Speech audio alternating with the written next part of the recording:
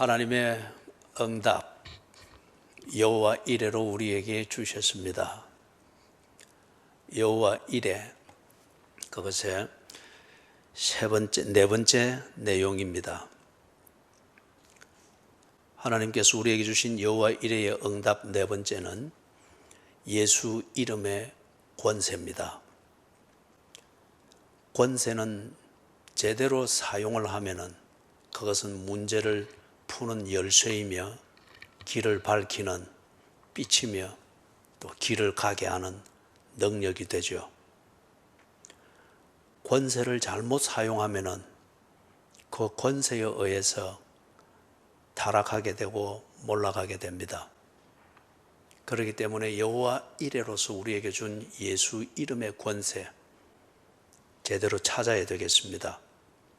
그리고 제대로 쓸 수 있어야 되겠습니다. 그럴 때에 특세를 통해서 여러분이 하나님 앞에 간절히 구하며 하나님께서 어떻게 도우실지는 모르지만 도와주시기를 소원하며 간절히 아뢰었던 여러분의 삶의 문제들을, 그리고 하나님께로 가까이 나아가는 성숙한 신앙의 고민들, 그런 문제들이 예수 이름의 권세로 말미암아 풀어지겠죠. 오늘 이 본문에 보니까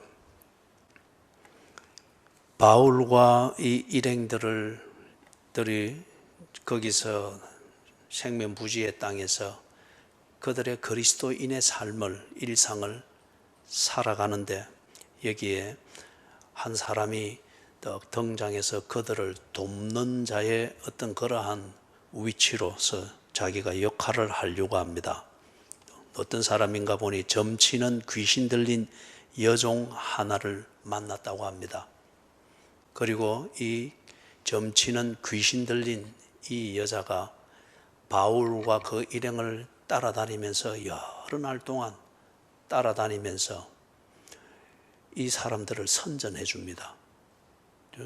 이 점치는 귀신 들린 여자가 복음을 전하는 것이 아니고, 잘 보면은 복음을 전하는 것이 아니고 이 바울과 바울의 일행들을 선전해 주고 그렇게 다니고 있습니다. 이게 유익이 될까요? 아니면 해가 될까요? 그 내용을 지금 이 본문에서 이야기를 하고 있습니다. 그래서 여호와 이레의 그 실체가 지금 여기에 숨겨져 있습니다. 여러분, 점치는 귀신 들린 이 여종, 이 여자가, 이 사람이 근본적으로 뭐가 잘못됐거나 어떤 그런 것은 아닙니다. 지금 여기 잘 보면은 이 여자를 움직이고 또 이 여자를 이렇게 살도록 만들고 점치는 자라고 하는 이 신분으로 만들고 그렇게 살도록 하는 그 근본적인 원인은 뭡니까? 귀신입니다. 귀신이 들렸습니다. 이거는 이 여자의 성격도 아니고 이 여자의 학벌의 문제도 아니고 이 여자의 어떤 신체적 조건의 문제도 아니고 성향의 문제도 아닙니다.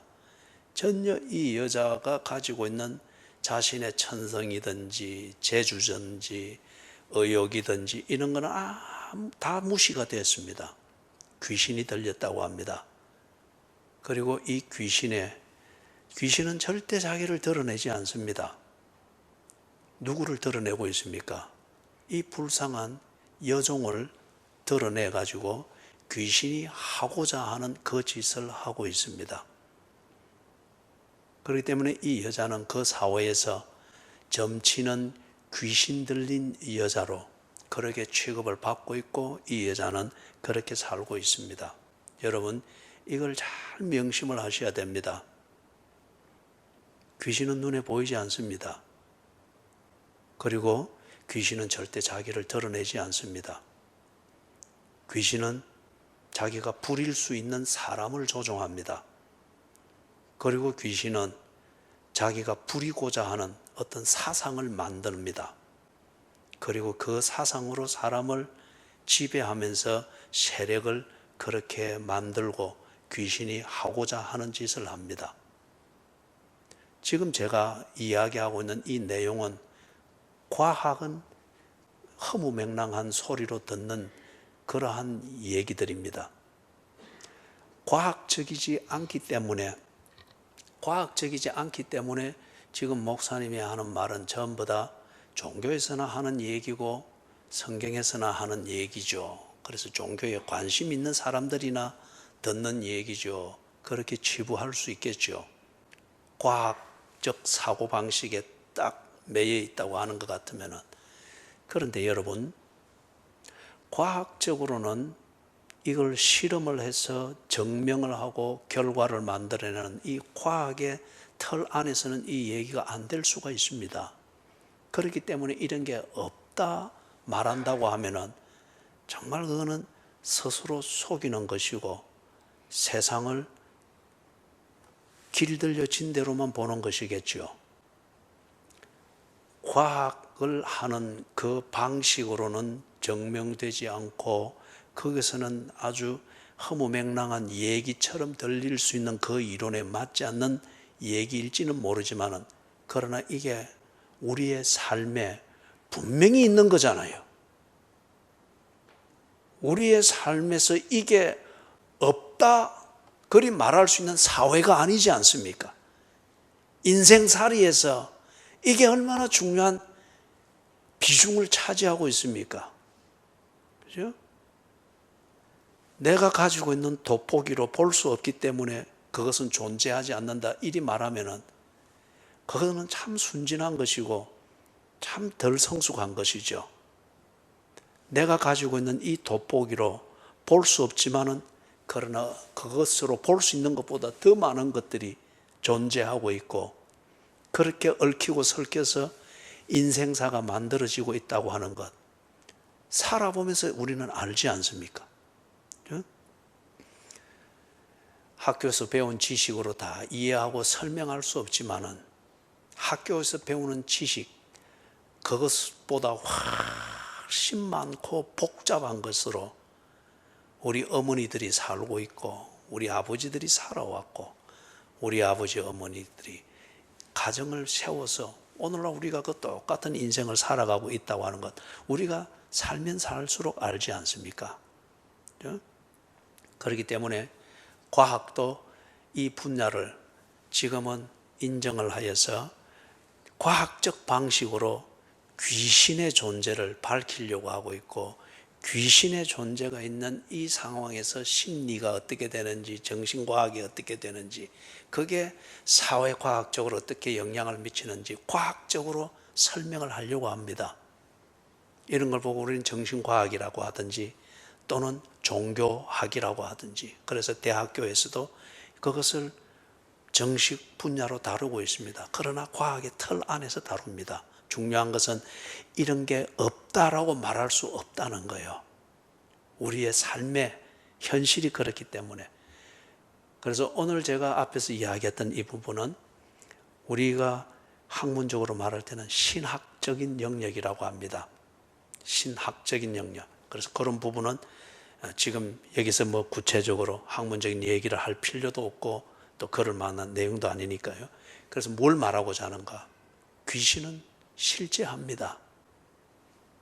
그리고 귀신이 들기도 하고 귀신이 어떤 영향력을 행사하기도 하고 그렇게 합니다. 귀신의 존재는 우리가 신학적으로 또 볼 때 어떤 존재냐 하면은 귀신은 우리가 성경에서 말하는 사탄이라고 하는 것의 졸개들입니다. 사탄이 대장입니다. 그래서 요한계시록에서는 이 사탄을 하는 기능을 따라서 뭐라 표현한가 하면 적 그리스도, 다시 말해서 그리스도를 저항하고 대항하는 존재다. 그래서 적 그리스도, 이것의 원래 이름은 사탄입니다. 이 사탄이 부리는 졸개들이 있습니다. 그 졸개들이 성경에서는 마귀라고 표현을 하죠. 그리고 이 마귀라고 표현되어지는 이게 귀신입니다. 똑같은 거예요. 그죠? 그래서 이 귀신은 여러 종류가 있고 여러 가지 기능을 합니다. 마귀와 똑같은 거예요. 귀신과 마귀가 여러 종류가 있고 여러 기능들을 합니다. 떼거리로 몰려다니기도 하고. 그래서 그 중에 하나가 지금 요 불쌍한 여종이 요 귀신에게 탁 걸렸습니다.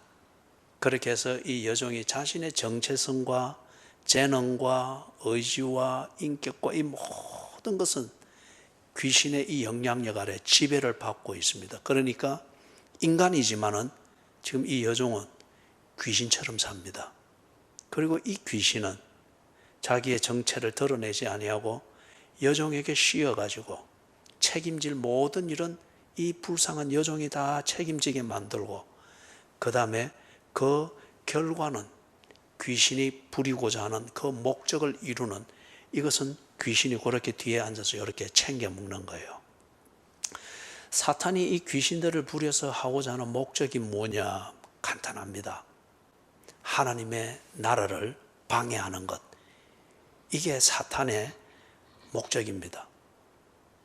지가 많은 땅을 차지해서 영원히, 이게 사탄의 근본 목적이 아니고, 사탄의 근본 목적은 어떻게든지 하나님 나라를 방해하는 겁니다. 그래서 간단히 말하면은 지금 우리가 찬송 부른 대로 주님의 음성을 들어보라, 들어보라, 들어보라. 이 소원이 우리에게 영혼에서 늘 있습니다. 이걸 가지고 어떤 때는 간절히 하나님을 찾으며 그 하나님의 은혜를 멀리서나마 느끼며 그 하나님께로 다가가고자 할 때에 이 사탄은 또 어떤 귀신을 부려가지고 영향력이든 심하면은 들게 해서, 그렇게 해서 하나님에 대한, 그 하나님 나라에 대한 관심을 꺼버리게 만듭니다. 다른보다도 호기심이 땡기는 것을 대두시키든지 급한 일을 만들든지 아니면은 생각의 코드를 그 순간에 바꾸든지 어떤 이런 것에서 어떻게든지 하나님 나라에 들지 못하도록 합니다. 그리고 하나님을 믿는 자들일 것 같으면은 하나님께로 더 가까이 나아가는 이 관심을 어떻게든지 다르게 돌리려고 합니다. 여기에 사탄의 목적입니다. 이 목적을 위해서 사탄은 그 수많은 자기의 졸개들, 이 귀신들을 부리고 있는 겁니다. 그리고 귀신들이 활동하는 것은 딱 그거 하나입니다. 그렇기 때문에 여러분, 여기 바울과 그 일행들이 이 귀신을 단박에 물리치는 것처럼 지금 우리가 간단하게 정리하면 그겁니다. 귀신을 집중하지 마십시오. 그리고 귀신의 영향력에 대해서 두려워하면서 그걸 물리치기 위하여서 억지로 방언받으려고 막 기계적으로 훈련시, 그러지 마시라고요. 귀신이 방언 듣는다고 해서 도망가고 할 그런 게 아닙니다. 그냥 무시하시면 됩니다. 귀신을 무시한다고 하는 것은 자꾸 의식을 가지면서 무시하는 것은, 그거는 무시하는 게 아니죠. 무시하는 척 하면서 도로 걸려드는 거죠. 그죠? 그냥 여러분이 정상적인 삶을 살면 됩니다.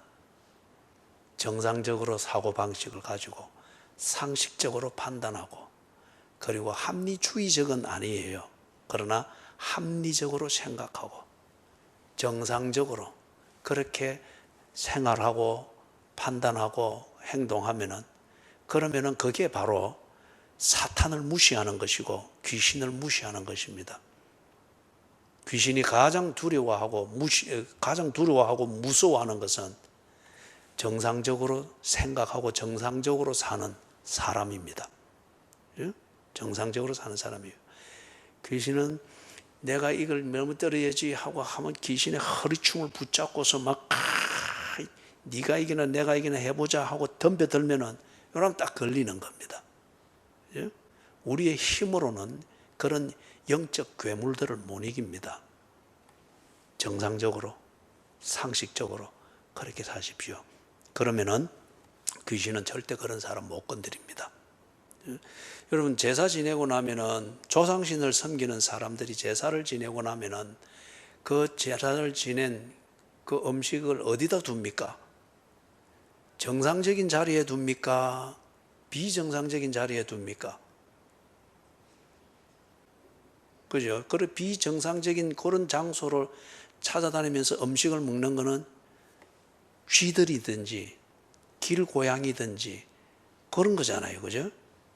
정상적인 사람이 그런 데를 찾아다니면서 먹고 하는 게 아니잖아요. 그죠? 그렇기 때문에 정상적인 길로 다니고 정상적인 생각을 하고 상식에 맞도록 그렇게 평범하게 살 때 이게 귀신이 범접할 수 없는 강한 사람입니다. 자, 좀 돌아와서 그러면은 절대 이 귀신, 사탄의 부림을 받고 있는 이 귀신이 하나님 나라를 위하여서 유익한 협력을 할 리가 없습니다. 하나님 나라를 어떻게든지 방해하는, 그걸 위해서 어떤 수단 방법을 가리지 아니하는 이것이 사탄의 목적일 것 같으면은 사탄의 부림을 받는 귀신들이 어떤 형태로든지 무엇을 하든지 간에 귀신이 하는 그것을 통해서 하나님 나라가 전파되고 하나님 나라가 유익을 얻고 교회가 부흥되고 교회가 진정 건강하게 성장해 간다, 있을 수가 없는 겁니다. 만약 그러한 협력의 모습이 있고 이렇다고 하면 그거는 술수입니다. 그죠? 친구를 가장해서 그 뿌리까지 흔들어 놓으려고 하는 술수입니다. 그죠? 앞에서 우리가 본질을 봤죠. 자, 그런 같으면은 요 17절에서 나오는 것대로 이 점치는 귀신 들린 여종이 왜 바울과 바울의 일행들을 따라다니면서 이런 협력을 할까요? 다시 말해서 그들을 위해서 선전을 해줍니다. 여러분 17절을 보시라고요. 그 점치는 여인이 하는 것, 이 사람들은 지극히 높은 하나님의 종으로서 구원의 길을 너희에게 전하는 자라. 맞는 말이죠. 그러나 이 여종이 막 이리 선전해주는 여기에 복음을 전하는 게 있습니까? 복음의 내용이 있습니까? 그리고 이 선전해주는 이 점치는 여종이 바울과 그 일행들과 같이 복음을 위해서 헌신하는 생활이 있습니까? 전혀 없잖아요. 그죠? 말은 맞는 말이지만은 복음을 전하는 내용은 아닙니다. 선전을 하는 데 있어서는 맞는 말이지만은 그 다음에 이 선전을 해줄 뿐 복음을 위하여서 구원의 길을 너희에게 가르치기 위해서 헌신하고 있는 이들과 함께 그와 같은 헌신의 삶을 살고 있는 것은 전혀 아니에요. 그죠? 자, 여기서 우리가 좀 우리의 입장에서 좀 판단을 해볼 수 있기를 바랍니다. 여러분, 우리가 지난 수요일 날 우리가 보았죠. 수요일 날 볼 때에 예수께서 성전을 무너뜨려야 될 당연한 이유를 우리가 보았습니다. 하나님 나라를 방해하는 것일 것 같으면 성전인들 하나님이 못 무너뜨리겠느냐는 거예요. 성전을 세워서 관리하는 것이 하나님의 목적이 아니고 그 도구를 통하여서 사람이 하나님을 만나고 하나님께로 나오고 하나님 나라에 들게 하는 이 목적을 위해서 성전이라는 도구도 만든 것이었어요. 그런데 이 성전을 목적으로 삼아가지고 오히려 그들이 하나님 나라를 무시하고 하나님 나라에 드는 길을 가로막게 되니까 하나님은 성전을 아끼지 아니했습니다. 돌 위에 돌 하나도 남기지 않고 무너뜨렸습니다. 상당히 연관이 되어집니다. 자, 조금 우리의 현실을 살펴보십시다. 종교 간의 대화, 그렇게 해서 불교와 기독교, 또 이제 우리 크리스마스 시즌이 되었으니까 또 이웃에 있는 불교에서 또 그렇게 관계와 교제를 맺고 있는 교회들의 뭔가 크리스마스 축하 이런 것도 장식도 해주고 그리 하겠죠. 그런 교회들이 있고 그런 교단이 있죠. 그런데 여러분, 앞에서 이야기했던 대로 우리가 신학적으로 정리했던 이것을 근거해서 생각을 해보시라고요. 과연 종교 간의 대화가 가능할까요? 원론적으로 그게 가능할까요? 우리가 정말 믿음이 같다고 하면은 그들이 말하듯이 또는 기독교 중에서도 어느 일부에서도 이야기하듯이 산으로 오르는 길이 다 다를 뿐 정상은 똑같지 않느냐. 정말 정상에 이르는 그게 똑같은 것일 것 같으면은 왜 다른 종교들이 생겨날까요? 그리고 그 종교를 자기의 종교를 고집할까요? 정말 정상에 이른다는 그게 하나님이고 구원이고 똑같은 그 내용 본질의 그것 같으면은 왜 다른 종교들이 있을까요? 그리고 자기 종교를 고집을 할까요? 예? 술수입니다. 술책입니다. 종교 간의 대화, 이게 정말 가능할까? 불가능합니다. 불가능합니다. 그게 가능할 것 같으면 애초에 다른 종교가 생길 필요가 없습니다. 예? 종교는 믿음의 문제잖아요.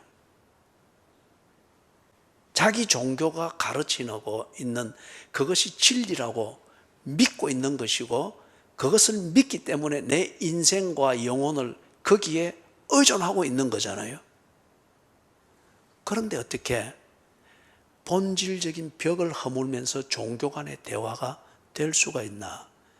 이는 스스로 자기의 종교, 그 종교를 통해서 배우고 믿는 바에 대해서 스스로 부정하는 것이죠.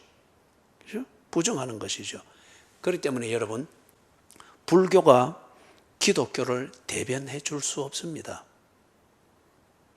기독교가 불교에서 말하는 그 진리를 또는 화엄 사상을 다 대변해 줄 수 없습니다.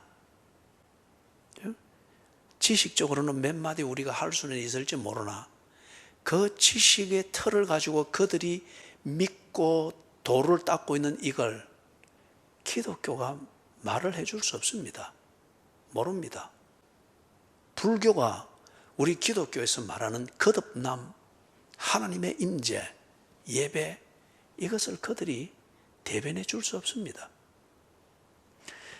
종교 간의 대화라고 할 때에 이게 우리가 같은 공동체에서 살고 있고 한 시대에 같은 사회에서 같은 법 아래에서 사는 같은 시민으로서 서로 시민의식을 공유하고 평화의 공존, 이걸 평화의 유지를 위하여서 서로 도모하고 이웃 사랑이라고 하는 이것을 서로 나누고 실천하는 것, 이런 차원에서는 종교 간의 대화나 교제가 있을 수가 있죠. 저도 대구에 있을 때는 시드니에서 들어와가지고 대구에서 첫 1년 반을 보낼 때 그때 내가 머물던 사택은 그 소유주는 불교 스님이었습니다. 그래서 매월 세를 받으러 올 때에 저는 안으로 모셔가지고 그분의 소파를 내가 쓰고 있었기 때문에 같이 앉아서 대화를 나누고 서로 자기의 믿음과 그 자기 종교에 대한 지식에 대해서 나누고 그런 교제, 이걸 위해서 친절히 대하고 차도 나누고 교제는 할 수 있습니다. 그러나 불교가 기독교를 대변한다, 기독교가 불교를 대변할 수 있다, 이런 의미에서 종교 간의 벽을 허물고 하나가 있을 수가 없는 것입니다. 그렇게 된다고 하면 그 자체가 그 사람은 자기가 믿고 있다는 종교에 대해서 진실로 믿는 사람이 아닙니다. 그렇죠? 그 다음에 여러분, 여기서 조금 더 나아가서 우리가 대중의 관심을 끌어모으는 것, 대중의 관심을 끌어모으고 그 다음에 그 끌어모아진 것이 우리의 종교, 예를 들면 기독교에 대해서 그들이 인정하고 소위 말해서 대중적 인기, 이것을 끌어모으는 것, 이걸 전도의 전략으로 쓰고 그리고 이걸 가지고 우리 기독교가 참되다, 힘이 있다, 어떤 이런 증거로 삼으려고 하는 이게 지난 한 30년 동안 한국 기독교가 그렇게 해왔죠. 그런데 여러분, 대중적 관심을 끌기 위해서, 그래서 이래 되다 보니까 대중적 관심을 끄는 이 수단이 굉장히 중요하게 사용되어졌습니다. 그리고 이게 복음적이냐 아니냐 비판의 여지도 없이 대중적 관심을 끌 수 있는 것이라고 하면은 복음의 본질을 훼손하는 것을 차치하고라도 그것을 무분별하게 막 사용해 왔습니다. 그래서 예를 들면 어느 한 목사님 있죠. 장시성을 가진 한 목사님. 그죠? 뭐 그분의 유튜브를 저도 한 번씩 봅니다. 심심하면 한 번씩 봅니다. 때로는 번뜩이는 그런 구원 교리에 도리에 대해서 번뜩이는 해석이 때로는 있습니다. 그런데 이런 복음의 진리를 너무 훼손되어지는 그것은 그분이 너무 대중적 어떤 관심과 대중적 인기를 끌어모으고자 하는 이것에 너무 집착이 되어지니까 그분이 가지고 있는 그 번뜩이는 해석과 통찰력과 어떤 그 설교를 해 나가는 그분의 재능, 이게 그런 식으로 희화화되어 버리는 거예요. 그러면서 요즘에는 보니 너무 많이 간 것 같아요. 뭐 TV에도 출연하고 그렇게 해서 뭐 가면은 뭐 사인 받으러 오고 많은 대중들이 자기를 원하고 그렇기 때문에 자기는 복음을 많이 전하는 것으로 생각을 하는데, 그래서 인기는 많습니다. 그러나 그 결과 복음은 살아났습니까? 예수 그리스도의 피 묻은 복음이 증거되고 있습니까? 그분의 그런 대중적 인기를 끌어모으는 그러한 아주 휴머러스하고 아주 대중을 울리기도 하고 웃게도 만드는 정말 대중적 파워가 대단한 분이죠. 그런데 거기에 십자가에 피비린내가 나느냐 이거예요. 십자가에 못 박히는 이 대가를 치르는 기독교 신앙, 이것 앞에서 사람들이 두려워 떨며 그러한 긴장이 있느냐 이거예요. 십자가에, 그리스도와 함께 십자가에 못 박히는 것, 이것은 웃으면서 될 수 있는 문제가 아닙니다.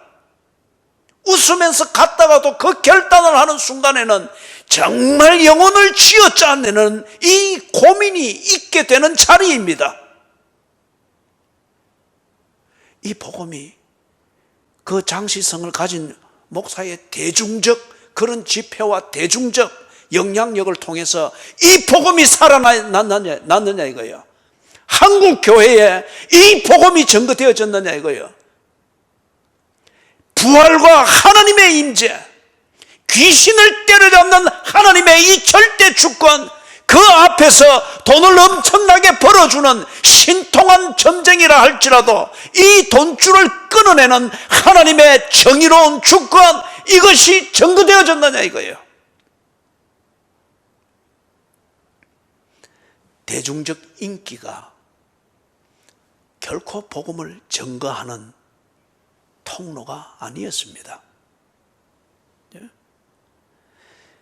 우리는 보면은 한국 교회가 복음을 증거한다는 이 명분을 가지고서 인기가 많은 그런 연예인 또는 스포츠 스타 이런 사람이 있어서 교회 한번 나오고 한 몇 개월 이렇게 교회 나오고 뭐 이래서 그러면은 대부분의 이 간증을 하고 간증 집회를 해서 막 그 대중적 인기를 가지고 있고 그 매너를 가지고서 어떤 뭐 교회 뭔가 앞에서 연설도 하고 다 할 수는 있겠죠. 그러나 그 사람이 과연 그 연예인이 복음을 알까요? 복음을 듣고 그 다음에 멀리서 듣고 또는 어떤 경험을 하면서 여러분들이 철로역정을 하면서 첫 부분에서 보게 되겠지만은 갈등이 일어납니다. 양심의 갈등이 일어납니다. 선하게 살고자 하는 마음이 생깁니다. 예수를 믿으면 선하게 살게 될까? 어떤 이러한 자기 반성이 일어납니다. 그리고 기대가 일어납니다. 그러나 아직 십자가를 모릅니다. 아직 그리스도와 함께 십자가에 못 박히는 이 진정 거듭나는 이 순간을 가지지는 못했습니다. 예수를 믿는 것이 무엇인지를 모릅니다. 예수를 믿기 위하여서 정말 우리 자신의 대가를 지불하는 이 그리스도인의 삶 모릅니다. 그런데 단지 대중적 인기와 그 영향력이라고 하는 이것을 사용하기 위하여서 그를 세워서 간증 집회로서 이걸 한국 교회가 너무 무분별하게 많이 사용했죠. 지금도 그렇게 사용하고 있죠. 그 결과 바울과 그 일행들이 이 복음을 증거하기 위해서 그들의 인생의 진로를 기꺼이 바꾸면서 이리 하듯 그렇게 해서 그리스도의 피 묻은 십자가, 지옥으로부터 천국으로 구원하시기 위하여서 하나님이 영광을 버리고 이 땅에 내려와서 지옥에까지 내려가신 하나님의 그 열정 어린 사랑의 그 진면목, 이게 이 땅에 증거되어졌느냐 말이에요. 그런 대중적 집회, 이것을 통해서 기분을 나누고 하는 그 감정의 교감을 가지고서 카타르시스를 가지는 그런 대중적 집회를 통해서 정말 이 땅에 그리스도의 복음이, 그 원형이 증거되어진 것이 오늘 이 모양이냐 이거예요.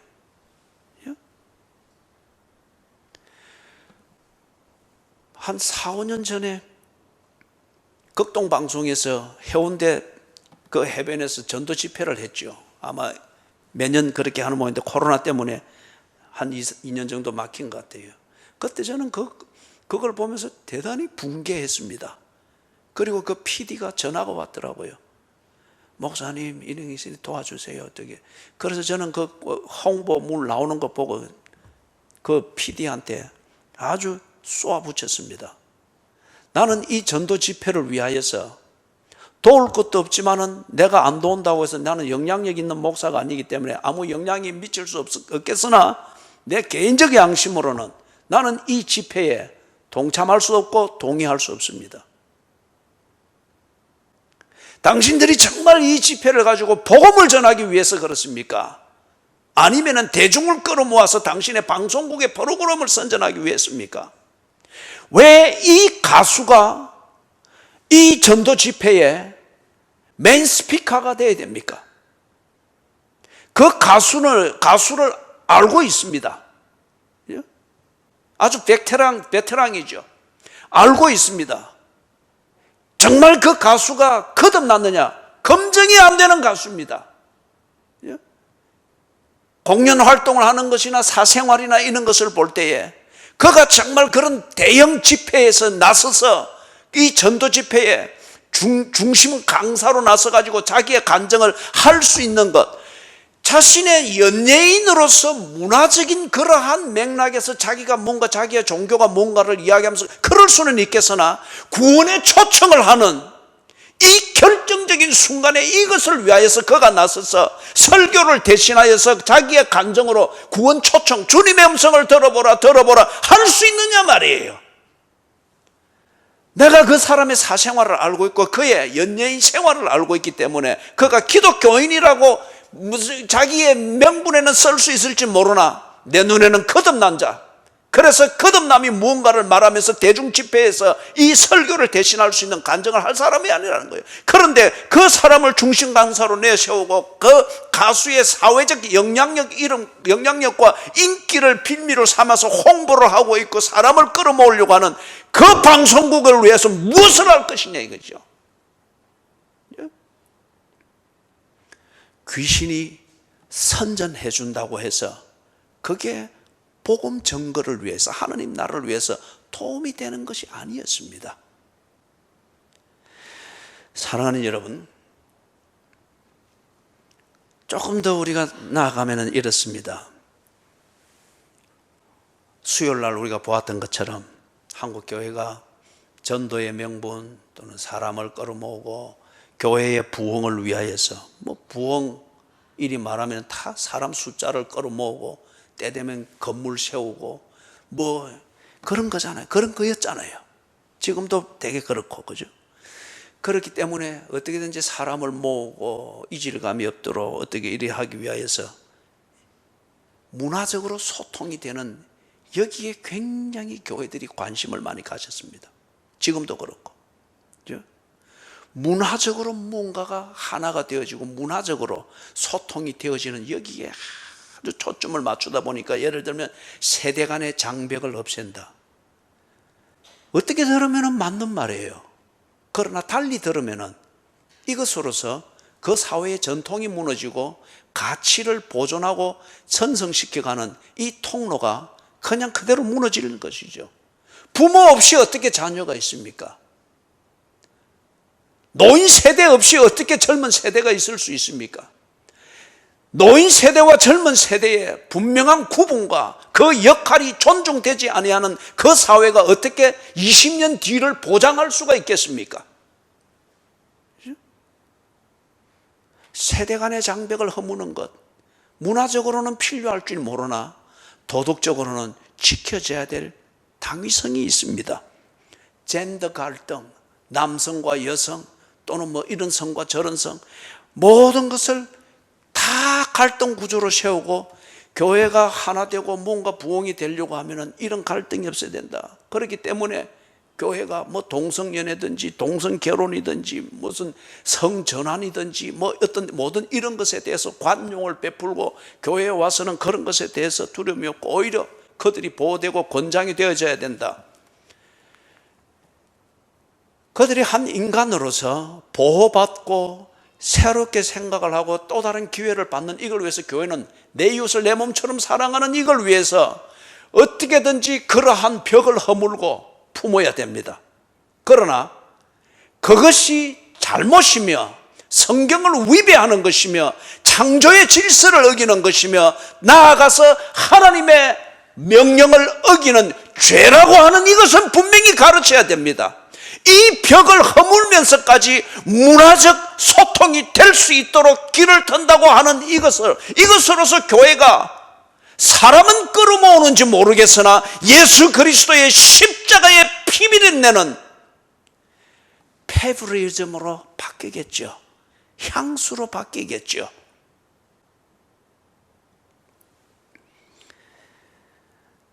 문화적인 소통을 위해서 뭐 열린 예배, 청년 예배, 젊은 세대의 예배, 왜 젊은 세대는 따로 예배를 드려야 되고 왜 노년 세대는 또 다른 예배가 드려야 되고 어린이들은 예배를 대신해서 놀이 문화로 바꿔야 되고 이런 게 어디에 있습니까? 예배는 분명히 지켜져야 됩니다. 하나님 앞에 드리는 전인격적인 예배는 세대를 불문하고 이것은 지켜져야 됩니다. 이스라엘 땅이 못 배웠을 때에도 광야에서도 250만의 그 오합지졸을 드릴지라도 전 세대가 하나님 앞에서 그 말씀을 들으며 하나님의 인도하심 앞에서 그들의 마음을 집중했던 공동체적 예배였습니다. 왜 예배가 문화적인 소치로 문화적인 이벤트로 변질되어 가느냐 이거예요. 소통과 갈등을 없앤다는 이 명분으로서 그게 복음입니까? 문화가 인간의 자유를 찾고 인권을 회복하고 인간이 자기 개인의 인권을 찾아 인권을 누리면서 진정한 자유를 누린다. 니체의 사상입니다. 니체는 하나님을 부정했습니다. 그리고 그는 광인이 되었습니다. 이 틀 위에서 포스트 모더니즘이라고 하는 이 지극히 개인주의, 이것을 자유로 말하는 이것이 지금 이 현대 사회의 사상 체계를 지배해 왔습니다. 이 사상에 근거해서 교회도 똑같이 물들어 가지고, 그죠? 인권, 자유, 말은 맞는 말이에요. 그러나 그것을 말하는 인권의 개념과 자유의 개념이 니체의 사상에서부터 시작되어져서 그래서 포스트 모더니즘이 만들어서 이 현 사회의 트렌드를 만드는 이것과 다를 바 없는 그 개념으로서 교회 안에서 기독교의 사랑의 옷을 입혀서 인권, 자유, 뭔가 이래 할 때에 귀신이지 않습니까? 세속이지 않습니까? 그것으로 복음을 전한다고 하는 이것 위선이지 않습니까? 그야말로 이것은 하나님 나라를 방해하는 이 목적을 가지고 있는 사탄의 술수에 인권이라고 하는 자유의 개념과 세속의 개념, 이것에 그대로 놀아난 거지 않습니까? 그렇기 때문에 현대 사회에서 특히 한국 교회가 인권을 말하고 자유를 말하고 편리를 말하고 뭐 젊은 세대가 교회를 떠나니까 그들을 교회로 불러들이기 위해서 뭔가 하고 한다. 그렇게 해서 몸부림을 치나, 그래서 시설을 편리하게 만들고 현대화시킨다, 이런 주변을 많이 하나. 그러나 똑같이 교회 밖에 있는 세속주의가 만든 자본주의의 사회, 그리고 공산주의의 사상, 어떤 이런 것들, 이 세속을 움직이고 있는 이 악의 영들의 그 교묘한 술수, 이걸 지성이든지 자유든지 사상이든지 체계든지 이런 교묘하게 들어온 이것에 그냥 그대로 놀아난 거예요. 그래서 지금 한국 교회에 십자가의 피비린내가 있느냐 말이에요.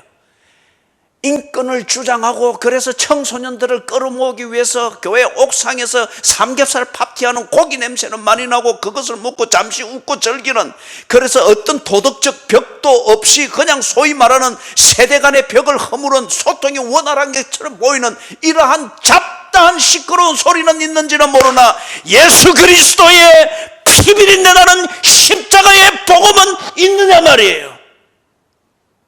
십자가 없이 어떻게 구원이 있으며 예수 그리스도의 피비린내 나는 이 보혈의 씻김을 받지 아니하고 어떻게 거듭남이 있겠느냐 말이에요. 세대 간의 갈등을 없애는 이 문제가 더 중요한 것이 아니라 세대 간의 갈등을 볼 수 있고 그것을 없애야 될 사람이 먼저 중요한 거지 않습니까?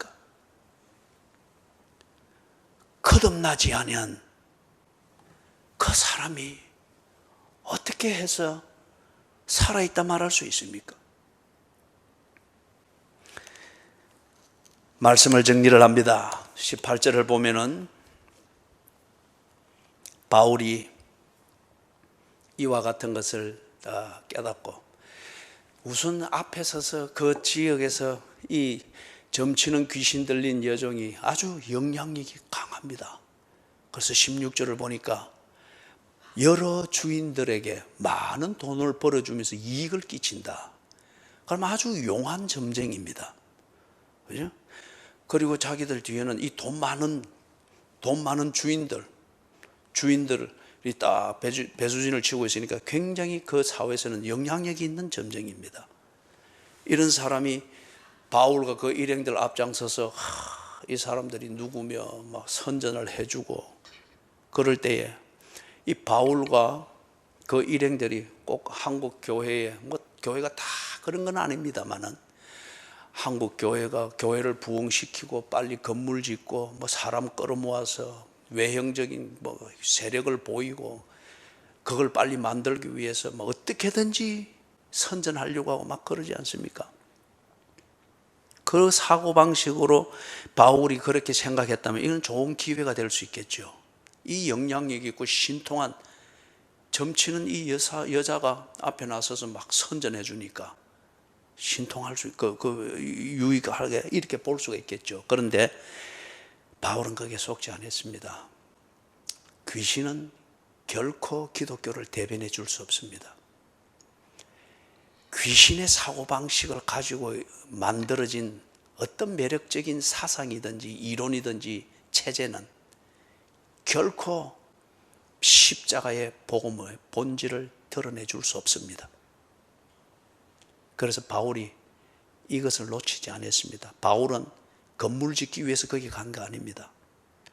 바울은 거기에 사람 확 끌어모은 소위 말하는 자본주의적 개념에서의 대형 교회 세우기 위해서 거기 간 것 아닙니다. 자기를 부르신 예수 그리스도 그분의 복음을 전하고 그걸 통해서 자기가 구원받았던 것처럼 그 영혼이 구원받는 이걸 위해서 주의 심부름을 위해서 간 겁니다. 그렇기 때문에 지금 이 귀신 들린 점쟁이가 나서 막 자기의 영향력을 가지고 선전해 주는 것, 이걸 기회라고 거기에 의존해서 그럴 사람이 아니었습니다, 바울이. 그래서 18절을 보니까 꾸짖었습니다.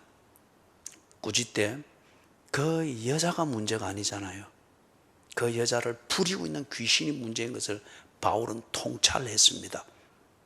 그래서 예수 그리스도의 이름으로 명령했습니다. 나오라! 나오라! 예수의 이름으로 명하노니 나오라! 귀신이 즉시 나왔습니다. 그 여자의 문제가 아니었습니다. 불쌍한 한 인격을 후리고 있는 귀신이었습니다. 이걸 바울이 보았던 거죠. 그리고 예수의 이름의 권세로 쫓아냅니다. 사랑하는 여러분,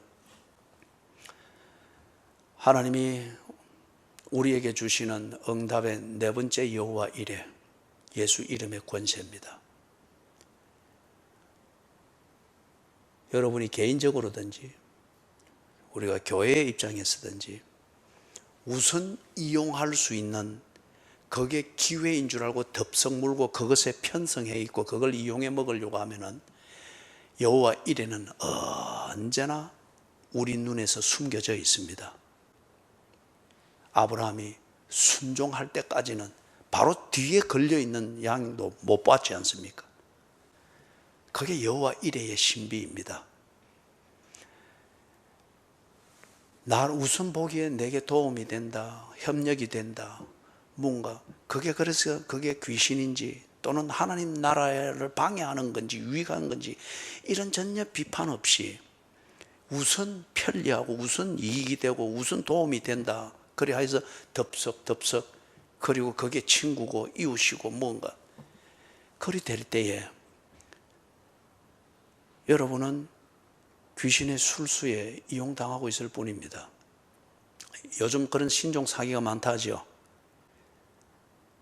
투자하면은 매월 50만 원씩, 매월 100만 원씩, 아니면 매월 이면 엄청난 이자의 이유를 붙여서 통장에 딱딱 넣어준다 하잖아요. 그죠? 한 두세 번 들어오고 난 뒤에는 없어지잖아요. 여기에 귀신이 이 여종을 부리는 것 같이 사람을 부리는 그 술수의 한 단면입니다. 단맛을 준단 말이에요. 사랑하는 여러분, 그리스도인일 것 같으면 그리스도인답게 생각하십시오. 그게 우리 그리스도인의 상식입니다. 그리스도인일 것 같으면 그리스도인답게 처신하십시오. 그게 그리스도인이 정상적으로 사는 겁니다. 그리스도인일 것 같으면 십자가의 피냄새를 맡아야 됩니다. 우리가 믿는 예수 그리스도는 크리스찬 디어로 향수 뿌리고 다니는 분이 아니었고, 그분은 땀냄새와 피비린내를 뿌리며 다녔습니다.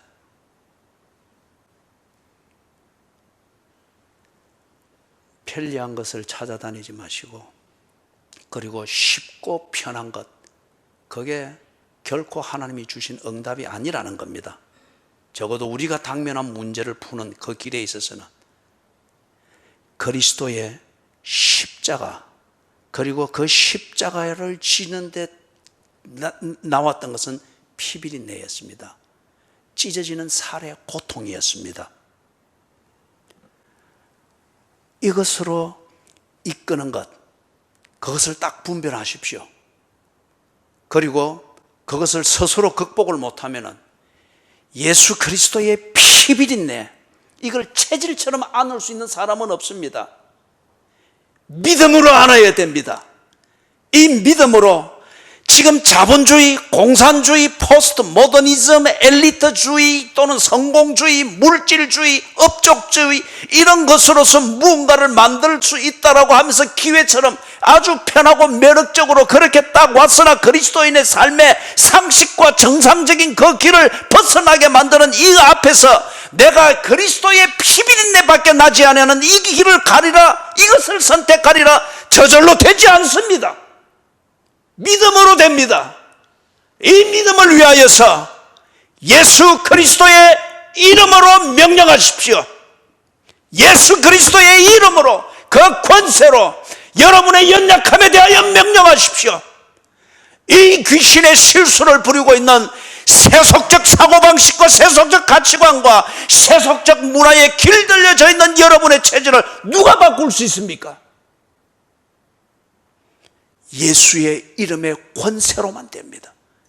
그 이름의 권세로 세속에 물들여져 있고 길들여져 있는, 그리고 후각이 피비린내보다는 업적주의가 풍겨주는 그 솔솔한 냄새에 취해 있는 여러분의 후각과 여러분의 체질을 향하여서 예수의 이름으로 명령하십시오. 십자가를 붙드십시오.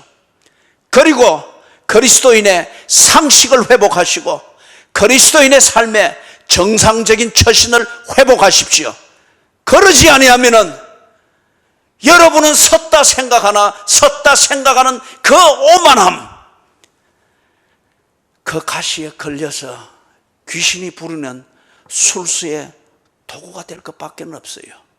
한 두세 달 정도 엄청난 이자 꼬박꼬박 넣어주듯이 그러한 향기를 뿜어줄 거예요.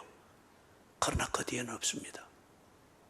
부디 예수 이름의 권세, 이것을 다시 선포하며 그 이름 앞에서 우리 개개인의 내면을 조명을 하는 것을 통하여서 우리를 부리고 있는 귀신의 권세, 세속의 권세, 여기서 길들여져 있는 우리의 체질을 고치고 하나님께서 주시는 여호와 이레를 찾아서 여러분의 삶의 길, 멈춘 순례자의 그 행진을 이어가게 되시기를 주님의 이름으로 축원합니다.